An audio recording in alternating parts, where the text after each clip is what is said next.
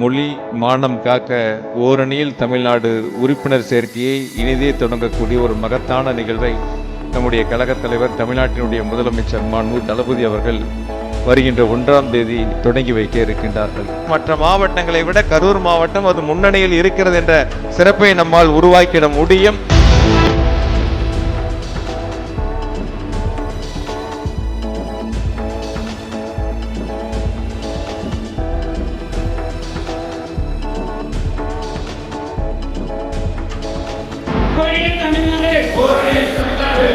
Tamil Nadu